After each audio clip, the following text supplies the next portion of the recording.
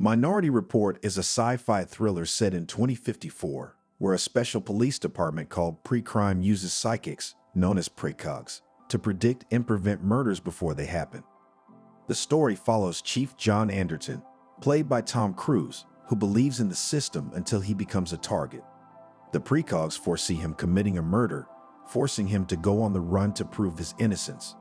As John uncovers dark secrets about pre-crime, he questions the morality and reliability of predicting the future. The film explores the themes of the potential misuse of technology and whether John can trust the people around him or not. The film opens up in the Department of Pre-Crime in Washington, D.C. The year is 2024. Pre-crime is a police program, and they seem to have robotic humans who are put in some sort of special water. These robotic humans have extraordinary power as they can predict the crime before it even happens. Their brains seem to be attached to some sort of computer that gives movement to a red ball, which in turn reveals the name of the people that are about to be killed. John makes his way to the guy who is monitoring these robotic humanoids to discover what's new. He discovers that there is going to be a double homicide, including the male and a female. With the help of these robotic humans, the police can come to know who is going to commit murder and who is going to be murdered. They'd also get the correct idea of time. However, the only thing that they lack in this near-perfect system is the location where the predicted crimes are to take place.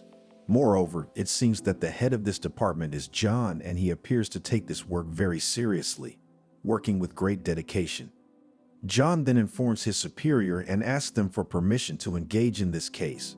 Soon, he is given the green light. John then decides to attend Howard Marks first, the murderer who is about to commit a crime. We then get a glimpse of Howard collecting newspapers from his garden, where he sees a familiar man taking a walk in the park right in front of his house. This seems a little suspicious to Howard as he proceeds to make his way inside the house, informing his wife. Back at the pre-crime department, John is trying his hardest to find the Howard Marks that they are looking for. After some looking around, he finally finds the one who is currently living in Foxhall. John immediately asks for the Washington, D.C. Police Department to reach the victim's place and inform them that the pre-crime unit is en route as well. As John is about to leave, he gets a heads up that the location they have found is showing problems. Once again, John attempts to find the precise location of Howard Marks by looking at footage around his place of residence. Soon after noticing with a keen eye, John discovers that Howard's location is somewhere near a park. Meanwhile, Howard stays at home as he feels something suspicious with his wife. His suspicions turn true as he sees a stranger coming into his house who starts kissing his wife. Traumatized, Howard hides behind the bed while sobbing, followed by his wife and the stranger getting on the same bed and deciding to make love. Before they can do that, Howard intervenes and attempts to stab his wife. Fortunately, John makes it just in time and prevents Howard from doing so. Once they catch Howard, John paralyzes him so that he never needs to commit a crime again. Back at the pre-crime department, the robotic humans begin having echoes of the recent event, making the new officer, Danny, concerned. We then get a deep insight into these psychics. The pre-crime department has 3 of these psychics, and they have proven to be quite handy, so much so that the murder rate in the District of Columbia has been reduced to a staggering 90%. The scene then shifts to John making a run in an abandoned place. He then meets a junkie with no eyes and gets some sort of pills for himself. Back at his residence, John plays the clips of his dead child, Sean, and his wife, Lara, who left him. While feeling remorse for their deaths, John utilizes those pills. The very next day, John goes back to his workplace, where he is told that the pre-crime department is being reprimanded for their right to operate independently. Lamar Burgess, John's handler, tells him about the new officer, Danny Whitwer. He asks John to keep an eye on him. Danny has been sent by the Justice Department to oversee the program and monitor the department. Danny starts raising questions about the program, particularly criticizing the practice of punishing people who have not yet committed crimes, arguing that they might change their minds at the last moment. Danny is informed that 3 psychics have been brainwashed and kept in a special state. These psychics can foresee accidents before they happen, with the entire picture of the event appearing in their minds so they can identify who is going to commit a crime and who the victim will be. Soon, John arrives and tries to make Danny understand that these psychics target the same criminals as those who actually commit crimes. He even emphasizes that these psychics are never wrong with their predictions. However, Danny remains unconvinced. Danny then asks to be sent to the chamber where the 3 psychics are kept, leading John to reveal that the cops aren't allowed to go inside. Confident, Danny comments how he is going to be the first cop to step foot in the chamber of psychics, but John remains confused, wondering whether Danny listened to him or not. However, the smirk on John's face goes away when Danny reveals that he has a warrant for the pre-crime department to do as he says. Obviously, John doesn't take Danny's word and asks him to show him the warrant. Reading the warrant, John realizes that Danny is telling the truth. When John takes Danny to the place where the 3 psychics are kept, he introduces him to Agatha, the most intelligent among the 3. There, Danny explains to John that he is looking for flaws. However, John mentions that the psychics never have any flaws as they have been predicting murder perfectly for the past 6 years. It turns out that Danny seems to be aware of the death toll on John for his child. He further explains that the flaws are made by humans, indicating that John hasn't been at his best lately. Followed by his statement, Danny leaves the chamber and John curiously moves toward Agatha slowly. All of a sudden, Agatha grabs John's hand, hugs him and questions if he can see. There, a vision occurs of a man beating a woman and drowning her in water. This keeps John curious the whole time to discover more about this case, so he proceeds to make his way to Gideon, the one who is guarding the data streams of the 3 psychics. Gideon takes John on a trip in the data stream room and introduces him to a killer who hasn't been identified as he has his eyes swapped out.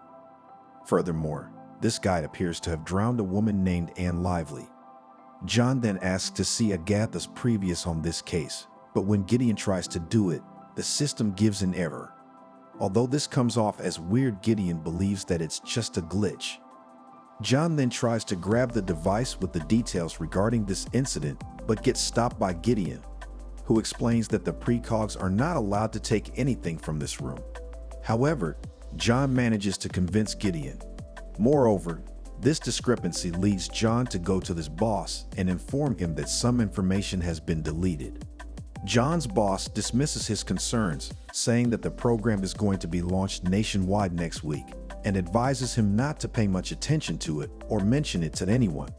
The next day, when John goes to his office, he sees that one of the psychics has envisioned a situation in which he has killed a man named Leo Crow. Soon, one of the psychics sends a red ball with the name of John, which is almost taken by Jad, John's partner. However, John tells Jad that he will take a look at this ball and asks him to grab a piece of cake for him. As Jad leaves, John starts looking more into Leo Crow. Meanwhile, he is constantly getting visions of shooting Leo. Even the superiors realize that something is weird, causing John to disconnect from the call. Soon, Wally understands what's happening and offers John 2 minutes to go as far as he can. Wally seems to show a bit of mercy since he has always been treated nicely by John. As John is escaping, Danny arrives. Actually, Danny has searched John's entire house and found drugs there, so Danny has come to arrest John. However, John escapes and flees the building in a car. Later, the pre-crime department gets tasked to catch John and the unit is assigned to be led by Fletcher. Later that night, the pre-crime department finally manages to surround John, but he finds a way to escape from there as well. After a while, Danny waits for John to arrive to capture him. However, John once again showcases his tremendous skills and manages to escape in a car once again. He then makes his way straight to the doctor, Heyman, who started this whole program.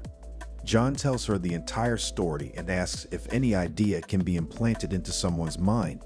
She explains that it is impossible. If those 3 psychics have a vision, then that incident will definitely happen.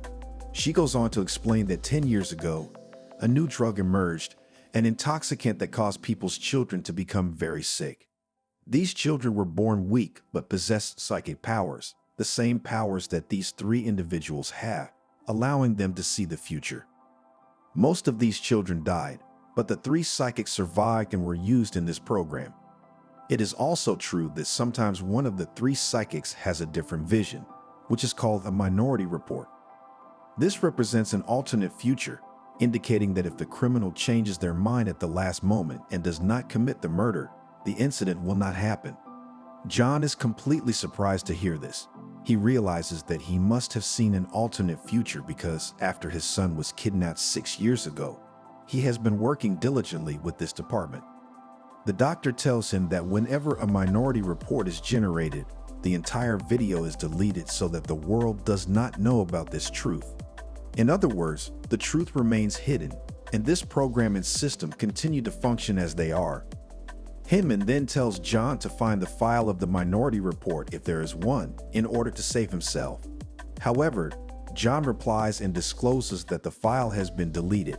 She clarifies that while it is deleted from the system, the information remains in the psychic's minds forever. John then goes to another doctor and asks him to change his identity. By scanning his eyes, the authorities and his team always know his location. The doctor changes John's eyes. Thereafter, with his old eyes, John returns to his department, scans them to open the door, and reaches the room where the 3 psychics are kept. There, John also meets with Wally and manages to convince him to help him out. He and his partner then begin downloading the files from Agatha's mind. Suddenly, Agatha wakes up and catches him. In that moment, John experiences the same vision again, a man killing a woman in water. At the same time, Danny arrives to arrest John. John quickly disconnects Agatha from the system and takes her with him. He rushes to a hacker who connects Agatha's brain to a computer. They start scanning her mind, but there is no minority report, meaning John is destined to kill the man he saw in his vision. Once again, John sees the vision of the woman being killed in the water. In reality, it is never completely clear, but this time it is very prominent. He then decides to stop bringing Agatha with him and takes her away. Meanwhile, the people from his department and the police are still after him. They reach a place with a poster that Agatha had seen in her vision, indicating that John is about to kill the man. They also see the building where the man lives in the same poor condition as John had predicted. Shortly after, John and Agatha head towards the building. Despite numerous warnings to stop, John insists he wants to test if their system works accurately. They arrive at the man's house and discover numerous photos of small children, including a photo of John's son who was kidnapped 6 years ago. The man responsible for the kidnapping appears, and John attacks him. The man admits to kidnapping children and also confesses that he was the one who kidnapped John's son as well. The kidnapper further reveals that before he could sell him, Sean died in an accident. Hearing such a groundbreaking revelation, John loses his composure and turns towards the kidnapper, overwhelmed with grief and rage. Unsure of what to do, he ultimately ends up killing the man.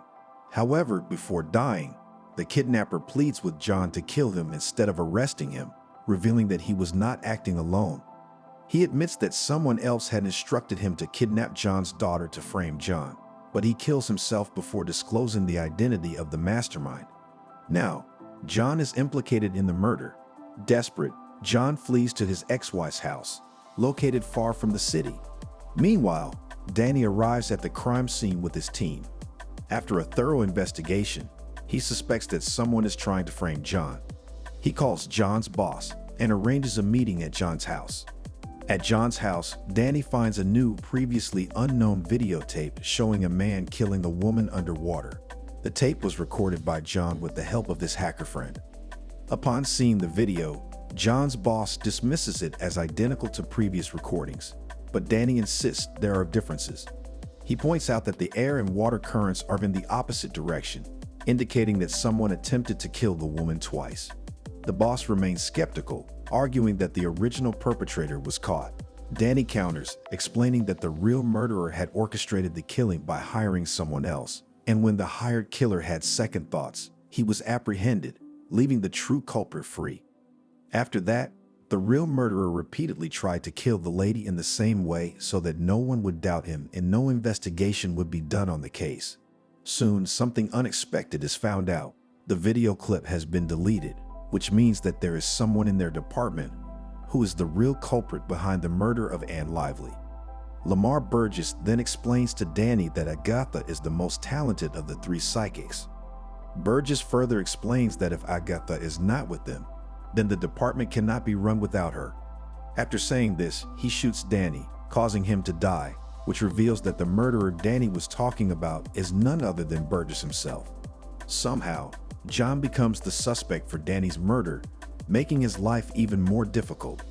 This causes John to wonder why anyone would want to implicate him, and then he remembers that he was investigating Agatha, who was repeatedly mentioned. Agatha then makes her way to John and questions why he keeps thinking of a woman being beaten by a man in water. She then reveals to John the whole truth. It turns out that Anne Lively is Agatha's mother. We then discover that she had a special habit of drug addiction, due to which she had to go to a rehabilitation center. The rehab center happened to be run by the same doctor who created this whole program, Hyman. Agatha was born soon after, and Hyman proceeded to make her a part of the same program where she regained consciousness and studied criminals. Anne recovered quickly and was released from the rehab center, after which she wanted her daughter back.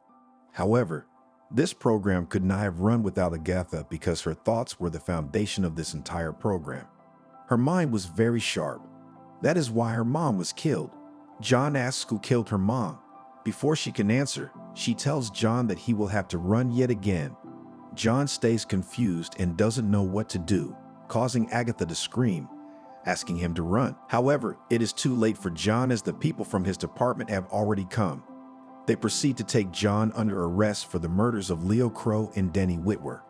Meanwhile, Agatha is once again made a part of the program and drowned in the same liquid, and John has been sent to prison.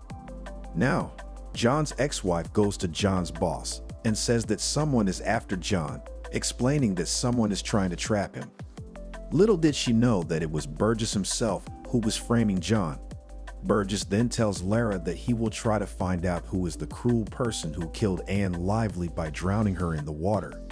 This causes Lara to become completely convinced during the conversation that Burgess is the murderer. Soon, he leaves and Lara immediately begins to search the house. Shortly after, she finds a box containing John's old eyes along with a gun. She takes his eyes and goes to his department, where after scanning the eyes, she goes inside and takes the man in charge there at gunpoint. She asks him to release John. Gideon has no choice but to obey, leading John to finally be free. Meanwhile, Burgess are having fun at a big party. His entire program has been successful, and no one has any doubts about it. Therefore, this program will be started nationwide, and he will receive a lot of money for it, or so he thinks. At the party, Burgess receives an emergency call. After receiving it, he finds out that it is none other than John. He tells Burgess all that he has orchestrated so far and shows that he is aware of all the crimes that he has committed and how he kept Agatha to run the pre-crime department, realizing that without Agatha his department is nothing. Back at the department, Agatha wakes up and gets a vision of his mother, the same lady who was drowned to death. This time she clearly sees the face of the murderer, and that murderer is none other than Burgess.